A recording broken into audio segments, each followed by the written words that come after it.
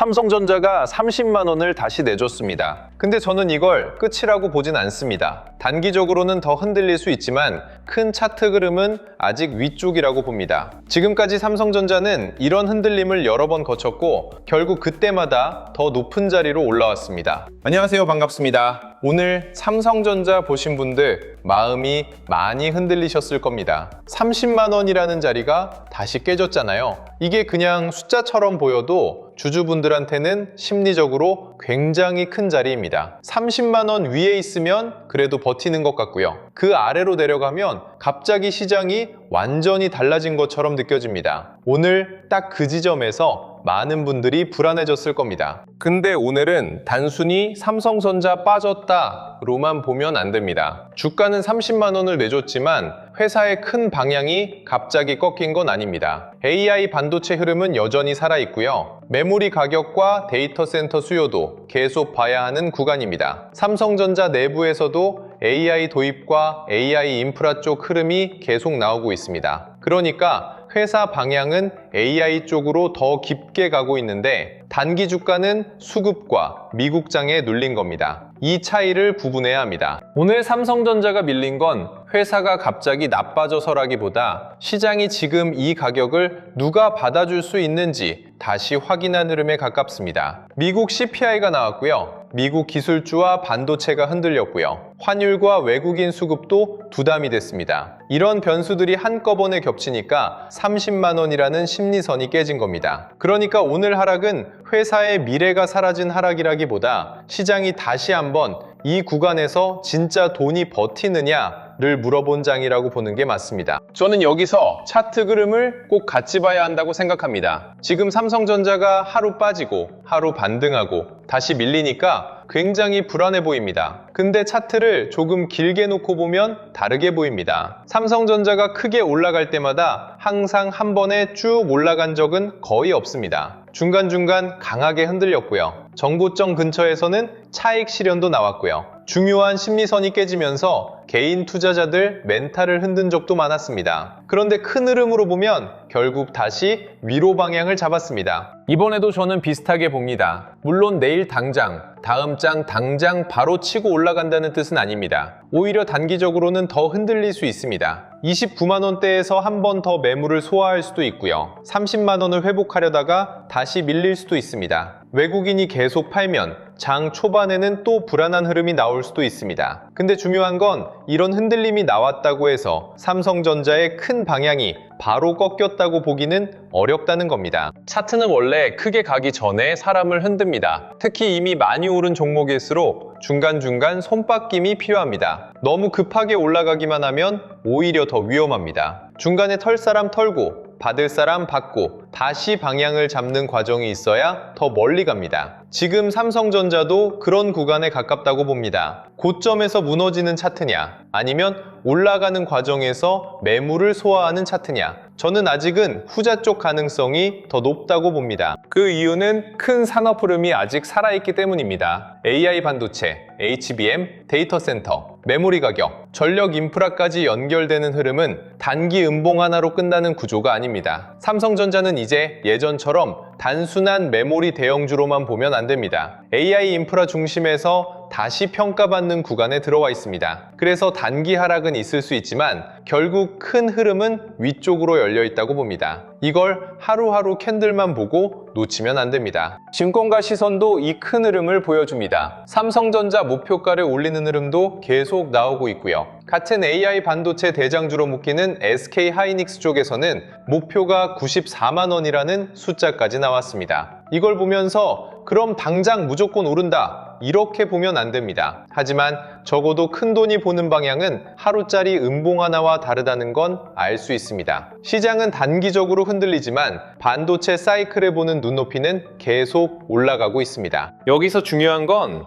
목표가 숫자 자체에 흥분하는 게 아닙니다. 94만 원이든 더 높은 숫자든 목표가는 어디까지나 전망입니다. 그런데 그런 전망이 나오는 이유를 봐야 합니다. AI 서버가 늘어나고요. HBM 수요가 커지고요. 메모리 가격이 강하고요. 데이터 센터 투자가 계속되고요. 전력 인프라까지 같이 커지고 있습니다. 이런 큰 그림이 있기 때문에 증권가에서도 반도체 대장주를 계속 높게 보는 겁니다. 삼성전자도 이 흐름에서 빠질 수 없습니다. 근데 시장은 큰 그림만 보고 바로 올려주지 않습니다. 단기 주가는 결국 수급이 움직입니다. 삼성전자가 좋은 종목이라는 것과 오늘 당장 주가가 오르는 것은 다른 문제입니다. 외국인이 계속 팔고 미국 반도체가 약하고 환율이 부담스럽고 30만 원 심리선이 깨지면 좋은 종목도 눌릴 수 있습니다. 그래서 지금은 삼성전자가 좋냐 안 좋냐 보다 이 가격을 누가 받아주느냐가 더 중요합니다. 장기적으로 좋게 보더라도 단기 수급은 반드시 확인해야 합니다. 미국 CPI도 시장을 편하게 만들지는 못했습니다. 숫자 자체가 완전히 충격적이었다기보다는 물가가 여전히 높다는 점이 투자자들을 불편하게 만들었습니다. 시장은 CPI를 보면 바로 금리를 생각합니다. 금리를 쉽게 내릴 수 있겠느냐? 연준이 안심할 수 있겠느냐? AI 반도체가 이미 너무 많이 오른 건 아니냐? 이 질문이 동시에 나옵니다. 그래서 CPI가 예상권이었다고 해서 반도체가 바로 편하게 올라가는 장은 아니었습니다. 물가 부담이 남아있으면 기술주는 계속 압박을 받을 수 있습니다. 삼성전자가 지금 미국장에 예민한 이유도 여기에 있습니다. 예전에는 삼성전자를 볼 때 메모리 가격과 실적만 보면 되는 느낌이 강했습니다. 지금은 아닙니다. HBM, AI 서버, 데이터 센터, 파운드리, 패키징, 전력 인프라, 미국 빅테크 투자까지 같이 봐야 합니다. 좋은 점은 삼성전자가 더 큰 AI 인프라 사이클 안에 들어왔다는 겁니다. 부담스러운 점은 그만큼 미국 기술주와 금리 변화에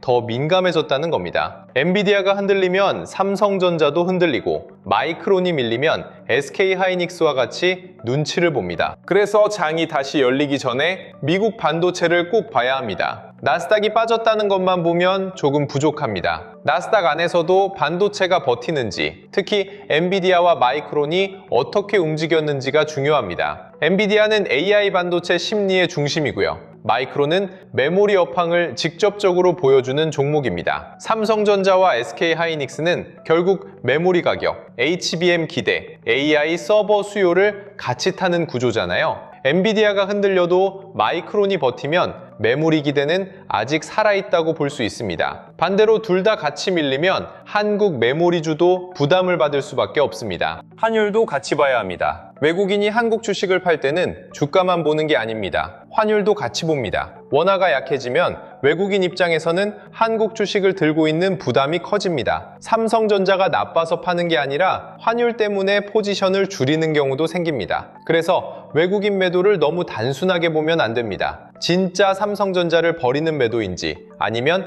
글로벌 위험 회피 때문에 잠깐 포지션을 줄이는 건지 구분해야 합니다. 그 차이는 장이 다시 열렸을 때 매도 압력이 줄어드는지로 확인할 수 있습니다. 결국 오늘은 가격이 얼마였냐 보다 그 가격에서 물량을 누가 받아냈느냐가 더 중요했습니다. 30만 원이 깨졌다는 사실은 이미 나왔습니다. 그 다음은 이 아래에서 누가 버티느냐입니다. 외국인 물량이 계속 나오는데도 주가가 쉽게 무너지지 않으면 아래에서 가격을 인정하는 돈이 있다는 뜻입니다. 반대로 조금만 팔려도 힘없이 밀리면 아직 배기 매수가 충분하지 않다는 의미입니다. 저는 그래서 29만 원대 방어, 30만 원 회복, 기관 방어, 미국 반도체 안정 이 네 가지를 한 묶음으로 보고 있습니다. 여기서 두세 개가 같이 맞으면 분위기가 바뀔 수 있고요. 전부 흔들리면 당자는 욕심보다 방어가 먼저입니다. 30만 원은 단순한 가격이 아닙니다. 주주들이 마음속으로 기준을 잡아둔 자리입니다. 그 아래로 내려가면 갑자기 불안이 커집니다. 조금 더 빠지는 거 아니냐? 다시 28만 원,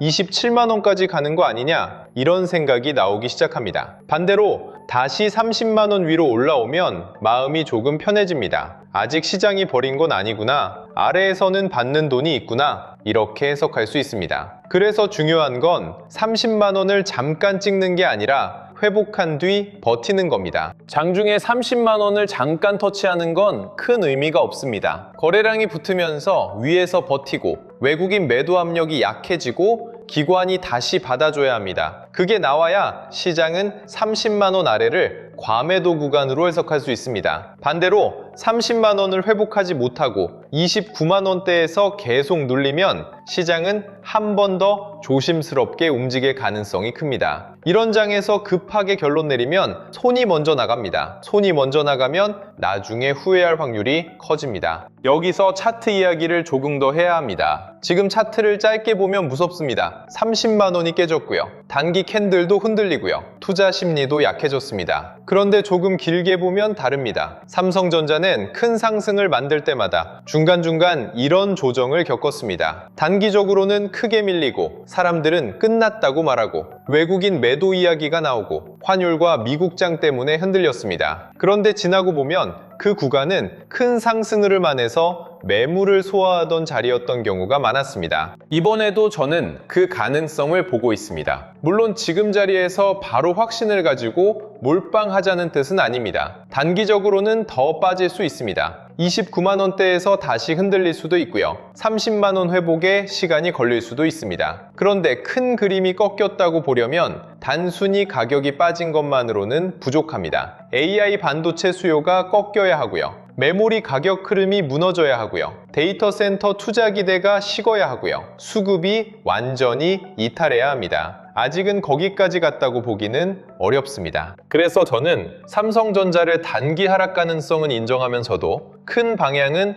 여전히 우상향 쪽으로 봅니다. 지금까지도 이런 흔들림은 여러 번 왔습니다. 그때마다 이제 끝났다는 말이 나왔고요. 그때마다 너무 많이 올랐다는 말도 나왔습니다. 근데 결국 중요한 건 산업의 방향이었습니다. AI가 더 커지는지, 메모리 수요가 살아있는지, 삼성이 그 사이클 안에서 다시 평가받는지, 이 흐름이 살아있다면 단기 조정은 끝이 아니라 과정일 수 있습니다. 흐름상으로는 장이 열리자마자 바로 강하게 치고 올라가는 그림보다는 초반에 한 번 더 투자자들 마음을 흔들고 아래에서 받는 돈이 있는지 확인하는 쪽에 더 가깝다고 봅니다. 30만 원이 깨진 다음에는 사람들이 바로 안심하기 어렵습니다. 전날 손실 본 사람들은 반등하면 팔고 싶어지고요. 새로 들어오려는 사람들은 더 빠질까봐 기다리게 됩니다. 그래서 시초에는 눈치 보는 움직임이 나올 수 있습니다. 다만 흔들린 자체가 중요한 건 아닙니다. 중요한 건 흔든 뒤에 어디서 멈추느냐입니다. 장 열리고 첫 30분이 진짜 중요합니다. 위로 출발하든 아래로 출발하든 그 자체가 답은 아닙니다. 위로 출발했는데 바로 밀리면 단기 실망 매물이 나온다는 뜻일 수 있고요.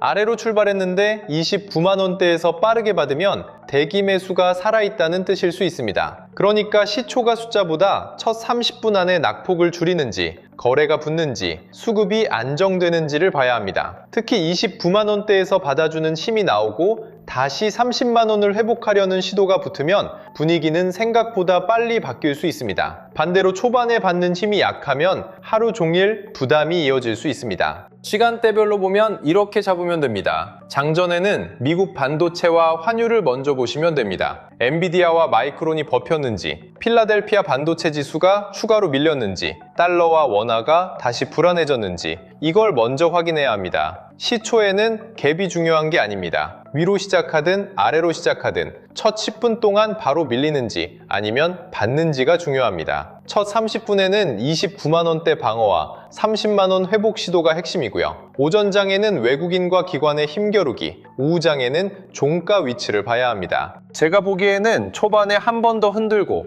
29만 원대 방어를 확인하는 흐름이 조금 더 자연스럽습니다. 그 이후 외국인 매도 압력이 약해지고 기관이 다시 받으면 오후장으로 갈수록 30만 원 회복 시도가 나올 수 있습니다. 반대로 첫 30분 안에 29만 원대 방어가 약하고 외국인 물량이 더 세게 나오면 그때는 바로 반등을 기대하기보다 방어를 먼저 봐야 합니다. 그러니까 시초가보다 첫 30분보다 수급보다 종가 위치가 중요합니다. 다음 흐름은 여기서 갈릴 가능성이 큽니다. 평단이 낮은 분들은 오늘 하루 흐름에 너무 조급할 필요는 없습니다. 지금은 상승 구조가 완전히 무너졌다기보다 빠르게 오른 시장이 변동성을 소화하는 과정에 가깝습니다. 다만 외국인 매도가 더 세지는지, 기관이 받는지, 주변 반도체 섹터가 같이 버티는지는 봐야 합니다. 평단이 낮다고 아무것도 안 봐도 된다는 뜻은 아닙니다. 오히려 여유가 있을수록 더 차분하게 확인할 수 있습니다. 여유 있는 사람은 가격을 보고요. 불안한 사람은